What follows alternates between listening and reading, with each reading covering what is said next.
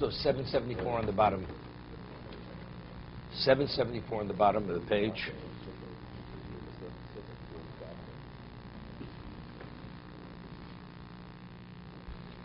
He had explained with a marshal yesterday that you have something, a form, and it's not within your line of vision, and they're not able to see it.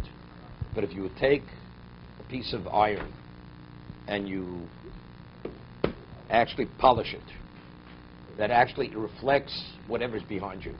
So when you look in that mirror, you're able to see what you normally are not able to see. So you need that mechanism or that object to be able to see beyond your capacity, right? So he explains identically the 30 levels of self-evaluation allows you to see things that normally you wouldn't be able to see through your own development and refinement and understanding of many things. You know, in life, many things, of course, you have to have knowledge to see things, to notice things. First, you have to notice. But again, what about if the word is notice? What about if you're distracted? Even if you know something, but if you're distracted, you don't notice it. Even if you're aware of something. So the various levels of self-accounting allows you to have the capacity to notice what you're supposed to notice, which goes beyond the physical.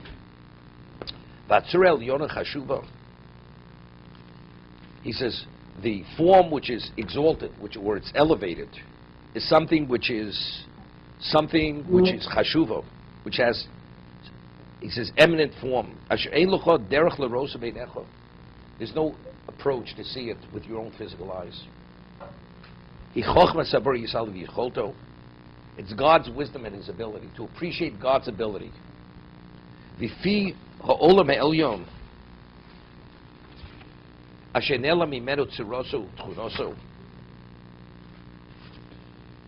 says the beauty of the supernatural world, which is concealed from the individual, its form and its value and its character.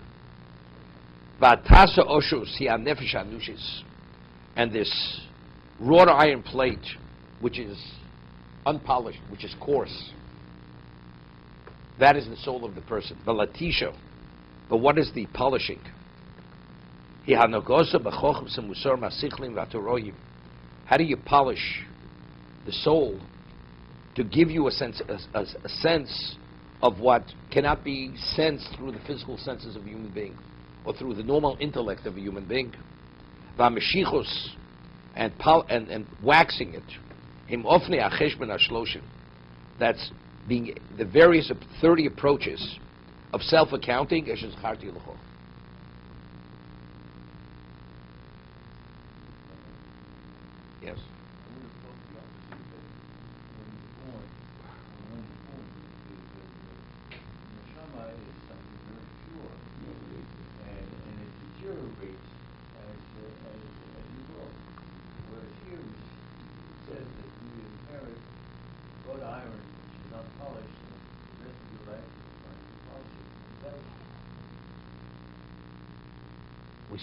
So according to you, what is spiritual growth? If a person naturally deteriorates as he grows, as he ages, spiritually speaking, so how do you have spiritual advancement according to you?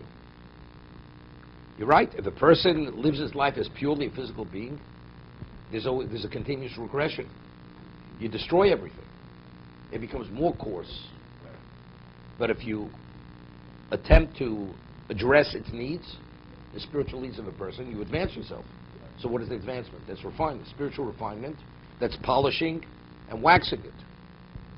So you continuously have a greater understanding and you have a greater sense. But at the very start, I would have thought that... No, we're talking about when a person is born. No, it has nothing to do. We're talking about senses. What do you sense? You sense. When a person is born into this world, he's totally a physical being. Yet earlier, you're totally an unintelligible being. His intelligence doesn't even function. And as he continues, what is he? A child. All a child is only physical needs. Needs physical attention. That's what it is. As you advance and you grow and you develop, you understand your physical needs are only a means to an end. Even if you're into the physical, what do you eat? Right? What do you want to succeed in life? What's success? Success is not eating. Success is what? Is accomplishment. That's what success is. So you come to various levels of realization of what purpose is. So if purpose is material, you'll never come upon any of this. You're still that wrought iron, coarse piece of metal which reflects nothing. Whatever you want to call it. Exactly. Many terminologies. Many terminologies. Look, Esav. Esav was a phenomenal genius, but he was Ish Sodeh, right? He was a man of the field. He was a hunter. What did he appreciate? He appreciated. He understood what Yitzchak was. I mean, let's talk. When he heard that Yitzchak gave the bracha to Yaakov, he was 63 years old. What was his reaction? He wailed. A man who says, Les din v'les dayon. A man who's a heretic. But he understands his father's bracha will make a difference in his life for all eternity. His father just gave it away. What does that mean? Well, who's his father? He's a little spiritual man. What's spirituality? It has no value. Well, he's connected in a way that it has value. So in terms of being able to appreciate its value, Esav has no relevance to appreciate its value, because he's an earthly person. But understanding who his father is, that his father makes a difference, that he understands. It's a phenomenal word from Chaim Volozhiner. It says that L'kom Navi B'Yisrael K'Moshe. There was no Navi in Moshe. It says B'Yisrael, but Bilam was as great as Moshe. How is it possible? Bilam was, because it says he knew Das Elyon.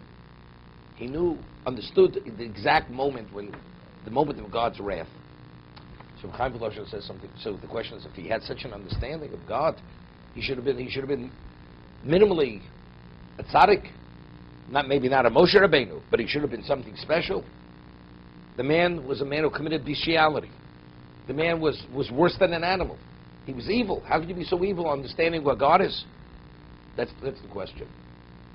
He says an eagle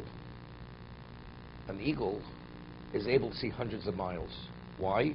Because in terms of when it flies and its eyesight, the way the sun reflects off the surface of the earth, it allows the eagle to see hundreds of miles. The way the eagle flies with its eyesight and the light reflecting off the curvatures of the earth, it's able to see hundreds of miles. Now, who's more sensitive to light? An eagle or a bat? A bat cannot see. But the moment it has a sense of light, it goes into the deepest recesses of a cave. That's a bat. But does a bat know what light is? A bat has no understanding what light is. But whatever it is, it has a sense of light. But the eagle sees light and has clarity beyond anyone's understanding of what its ability is in terms of seeing. Moshe Rabbeinu saw God, whatever is within the capacity of a human being to see. Bilam had a sense, but did he know what God was? He had no idea what God was. He understood, he had a sense, when is that moment? But what is that moment, what is that God? He had no idea. It's like the bat. Bat has no understanding, or doesn't even know what light is. That's the difference between Moshe and Bilam. So I'm saying a person who doesn't refine himself, although I know he's holy, his bracha has value, therefore what? So this person, as he said, earthy, hedonistic person, he goes to the holy rabbi for a blessing. And he'll give him whatever the donation is. But what is his life? Has no relevance to that.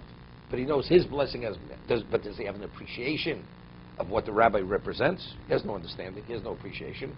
All he knows one thing. 1 and 1 is 2, and if he produces, he has the golden touch, I'm with the rabbi. That's all. That's his degree of appreciation, and that's his limitation. And that's what he's talking about over here.